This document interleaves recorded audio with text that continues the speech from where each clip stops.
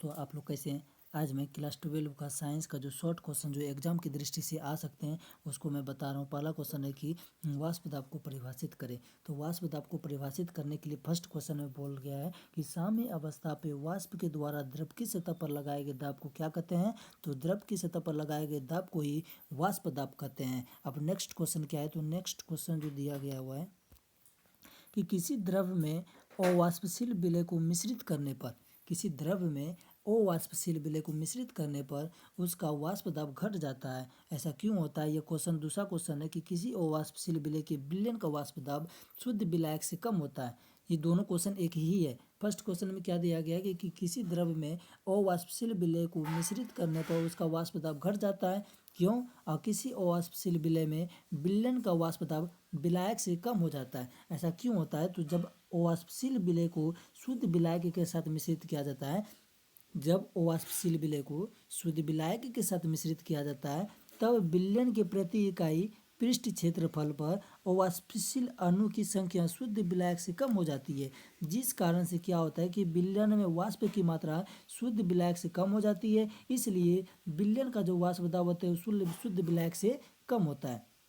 Next question में आ जाते हैं। तो नेक्स्ट क्वेश्चन जो दिया गया है वो दिया गया है कि वाष्प दाब के सापेक्ष अवनमन से क्या समझते हैं और इसके लिए राउल्ट का नियम क्या होता है। जब वाष्प दाब के अवनमन तथा शुद्ध विलायक के वाष्प दाब का अनुपात को वाष्प दाब का सापेक्ष अवनमन कहते हैं। वाष्प दाब का सापेक्ष अवनमन किसे कहते हैं। वाष्प दाब के अवनमन, वाष्प दाब के अवनमन तथा शुद्ध विलायक के वाष्प दाब के अनुपात को वाष्प दाब का सापेक्ष अवनमन कहते हैं। वाष्प दाब के सापेक्ष अवनमन कहते हैं। नेक्स्ट क्वेश्चन आ जाते हैं।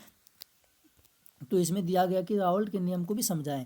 वाष्प दाब के सापेक्ष अवनमन तो हो गया कि वाष्प दाब का जो अवनमन होता है तथा शुद्ध विलायक के वाष्प दाब के अनुपात को वाष्प दाब का सापेक्ष अवनमन कहते हैं। अब राउल्ट के नियम को समझाएं। तो राउल्ट के नियम के अनुसार वाष्प दाब क्या होता है। तो राउल्ट के नियम के अनुसार वाष्प दाब के साथ सापेक्ष अवनमन का मान विलय के लिए मोल अंश के समानुपाती होता है। नेक्स्ट क्वेश्चन में आ जाते हैं। तो नेक्स्ट क्वेश्चन दिया गया है कि वाष्प दाब के सापेक्ष अवनमन के लिए राउल्ट नियम लिखने के लिए बोल रहा है। तो राउल्ट के नियम के अनुसार वाष्प दाब के सापेक्ष अवनमन का मान विलय के मोल के अंश के बराबर होता है। राउल्ट के नियम के अनुसार वाष्प दाब का जो सापेक्ष अवनमन होता है, सापेक्ष अवनमन का जो मान होता है वो विलय के मोल अंश के बराबर होता है। विलय के मोल अंश के बराबर। नेक्स्ट क्वेश्चन आ जाते हैं। तो नेक्स्ट क्वेश्चन में दिया गया है कि मोलरता को परिभाषित करें। नेक्स्ट क्वेश्चन में दिया गया है कि मोलरता को परिभाषित करें।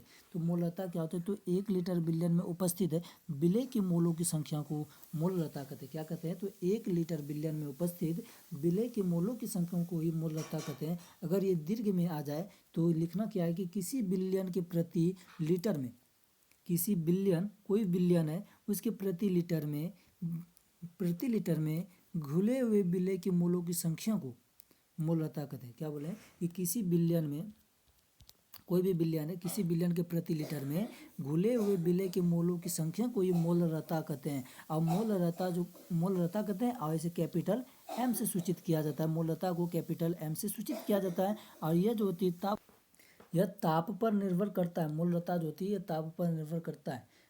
मोलरता 1 लीटर विलयन में उपस्थित विलय के मोलों की संख्या को मोलरता कहते हैं। यह किसी विलयन के प्रति लीटर में घुले हुए विलय के मोलों की संख्या को मोलरता कहते हैं। इसे कैपिटल एम से सूचित किया जाता है। और ये जो होती है ताप पर निर्भर करता है। मोलरता को कैपिटल एम से सूचित किया जाता है। तो एम बराबर क्या होता है। तो एम बराबर जो होता है वो n/v होता है। एम बराबर क्या होता है। तो एम बराबर जो होता है n/v होती है, जहाँ एन होता है विलय की मोलों की संख्या बटे विलय का आयतन लीटर में होना चाहिए। विलय का आयतन लीटर में होना चाहिए। इसका मोलरता का सूत्र होता है। मोलरता का सूत्र क्या होता है। तो मोलरता का जो सूत्र होता है वो होता है m = n/v, जहाँ n क्या है। तो n एक विलय की मोलों की संख्या है और v जो है विलय का आयतन है, लीटर में होना चाहिए, तब ये मोलरता कहलाएगा। अब मोललता क्या है। नेक्स्ट क्वेश्चन दिया गया है कि मोललता से आप क्या समझते हैं। तो मोललता को परिभाषित करें।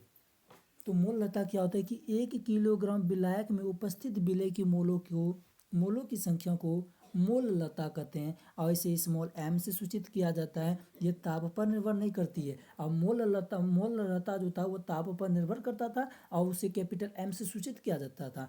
मोललता का जो होता था कैपिटल M बराबर क्या होता था, तो N/V होता था। और मोललता में क्या दिया गया है, तो मोललता में दिया गया कि 1 किलोग्राम विलायक में उपस्थित विलय के मोलों की संख्या को मोललता कहते हैं। इसे कैपिटल M से सूचित किया जाता है और ये जो ताप पर निर्भर नहीं करता है। इसका भी तो कोई फार्मूला होगा। तो मोललता का जो फार्मूला होता है इसे स्मॉल m से सूचित किया जाता है ना। तो मोललता का जो फार्मूला होता है क्या होता है, तो B गुना 1000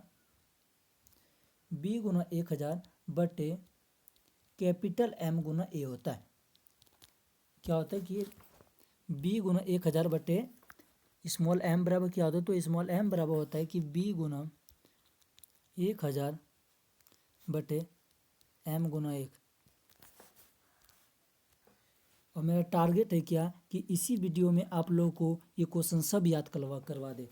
तो मोलरता में क्या दिया गया, तो मोलरता में जो दिया गया था कि किसी बिलियन में प्रति लीटर में घुले हुए विलय की मोलों की संख्या को मोलरता कहते थे। और इसमें क्या दिया गया कि 1 किलोग्राम विलायक में उपस्थित विलय की मोलों की संख्या को मोललता कहते हैं।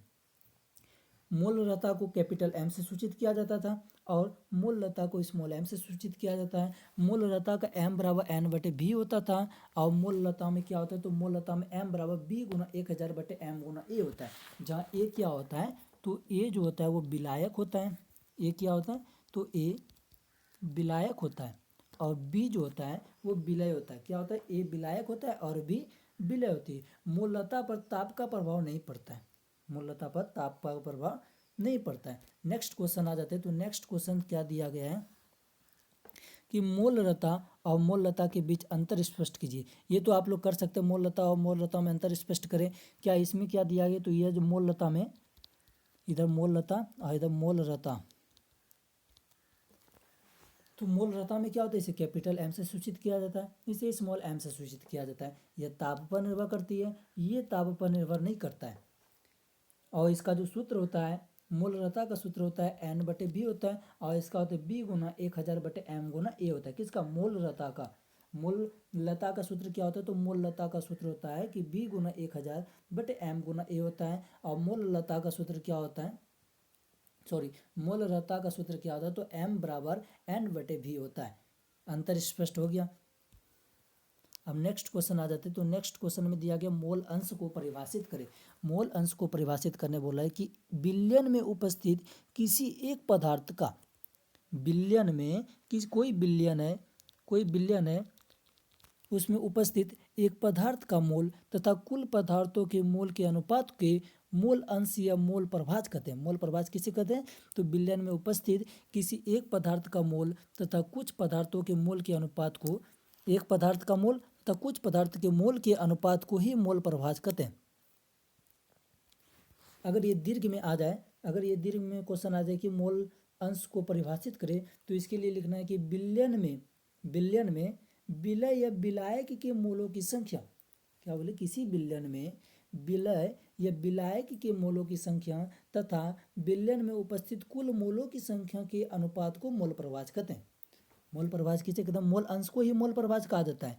मोल अंश को ही मोल प्रभाज कहा जाता है। तो मोल प्रभाज किसे कहते हैं, तो बिलियन में विलय या विलायक के मोलों की संख्या तथा बिलियन में उपस्थित कुल मोलों की संख्या के अनुपात को मोल प्रभाज कहते हैं।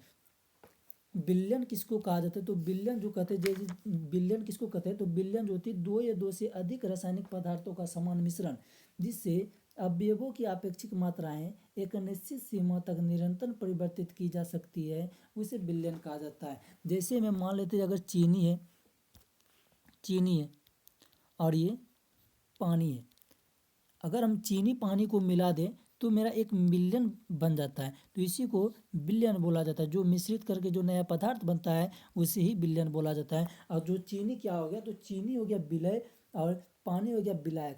अब विलय और विलायक कैसे समझेंगे, तो विलय जो होती है घुलने वाले पदार्थ को विलय कहते हैं। चीनी घुलने वाले पदार्थ हैं, तो चीनी जो होंगे ये विलय कहलाएंगे। घुलने वाले पदार्थ को विलय कहते हैं, यानी जिस अवयव की मात्रा कम हो तो उसे विलय कहते हैं। जैसे हो गया चीनी, नमक, ये सब घुल सकता है ना, घुलने वाले पदार्थ को क्या कहते हैं, तो घुलने वाले पदार्थ को ही विलय कहते हैं। और घुलाने वाले पदार्थ को क्या कहते हैं, तो विलायक कहते हैं। यानी जिसमें घुलने की क्षमता हो उसे विलायक कहते हैं। यानी जिस अवयव की मात्रा अधिक हो तो उसे विलायक कहते हैं, और जिस अवयव की मात्रा कम हो उसे विलय कहते हैं। जैसे जल हो गया, फिनॉल हो गया, बेंजीन हो गया, ये सभी क्या है, तो ये सभी जो हैं ये विलायक हैं। लेकिन चीनी, नमक, ये सभी क्या है, तो ये विलय है। अब विलयन किसे कहते हैं, इन दोनों को मिलाने से जो एक नया पदार्थ बनता है उसे ही विलयन कहा जाता है। मोल प्रभाष तो हो गया। अब नेक्स्ट क्वेश्चन आ जाते हैं। नेक्स्ट क्वेश्चन क्या दिया गया है, तो नेक्स्ट क्वेश्चन दिया गया है कि अनुसंख्या क्या है। अनुसंख्या क्या है और अनुसंख्या के गुण के प्रकार को लिखे। अनुसंख्या क्या है, अनुसंख्या के गुण के प्रकार को लिखने के लिए बोले। तो अनुसंख्या विलयन का वह गुण जो विलय की संख्या पर निर्भर करता है। विलय की संख्या, विलय क्या बोले थे, चीनी और नमक ये सभी क्या है, तो ये सभी विलय है। विलयन का वह गुण जो विलय की संख्या पर निर्भर करता है, लेकिन विलय की प्रकृति पर निर्भर नहीं करता है, उसे अनुसंख्या कहते हैं। अनुसंख्या किसे कहते हैं, तो विलयन का वह गुण जो होती है जो विलय पर तो निर्भर करता है लेकिन विलय की प्रकृति पर निर्भर नहीं करता है, तो उसे ही अनुसंख्या कहते हैं। अनुसंख्या के 4 प्रकार होते हैं। कौन कौन से होते हैं, तो वाष्प दाब में सापेक्ष अवनमन होती है, क्वथनांक के उन्नयन होती है, हिमांक के अवनमन होती है और प्रासरण दाब होता है। नेक्स्ट क्वेश्चन आ जाते हैं। तो नेक्स्ट क्वेश्चन दिया गया है कि आदर्श विलयन को परिभाषित करने बोला। आदर्श विलयन को परिभाषित करें। आदर्श विलयन को परिभाषित करें। अब आदर्श विलयन क्या होता है कि वह विलयन जो सभी सांद्रण तथा सभी ताप पर राउल्ट के नियम का पालन होता हो उसे ही आदर्श विलयन कहते हैं। आदर्श विलयन किसे कहते हैं कि वह विलयन जो सांद्रण तथा सभी ताप पर राउल्ट के नियम का पालन होता हो उसे ही आदर्श विलयन कहते हैं। नेक्स्ट क्वेश्चन आ जाते हैं। तो नेक्स्ट क्वेश्चन बोला कि अनादर्श विलयन क्या कहते हैं, तो अनादर्श विलयन वह विलयन जो किसी भी सांद्रण या किसी भी ताप पर राउल्ट के नियम का पालन नहीं करता है तो उसे अनादर्श विलयन कहते हैं। लेकिन आदर्श विलयन क्या बोला कि था कि वह विलयन जो किसी सांद्रण या किसी ताप पर राउल्ट के नियम का पालन करता है, इसमें राउल्ट के नियम का पालन करता है तो उसे आदर्श विलयन कहते हैं, और जो राउल्ट के नियम का पालन नहीं करता है तो उसे अनादर्श विलयन कहते हैं। अब क्वथनांक के उन्नयन से आप क्या समझते हैं, नेक्स्ट क्वेश्चन दिया गया है कि क्वथनांक के उन्नयन से आप क्या समझते हैं, तो जब अवाष्पशील विलय को शुद्ध विलायक के साथ मिश्रित कर जब अवाष्पशील विलय को शुद्ध विलायक के साथ मिश्रित करते हैं तब विलयन के अणुओं के बीच आकर्षण बल अधिक हो जाता है, जिस कारण से क्या होता है कि विलयन का क्वथनांक अधिक हो जाता है। इसी घटना को क्वथनांक का उन्नयन कहते हैं। इसे डेल्टा टी बी के द्वारा सूचित किया जाता है। क्वथनांक के उन्नयन को डेल्टा टीवी के द्वारा सूचित किया जाता है।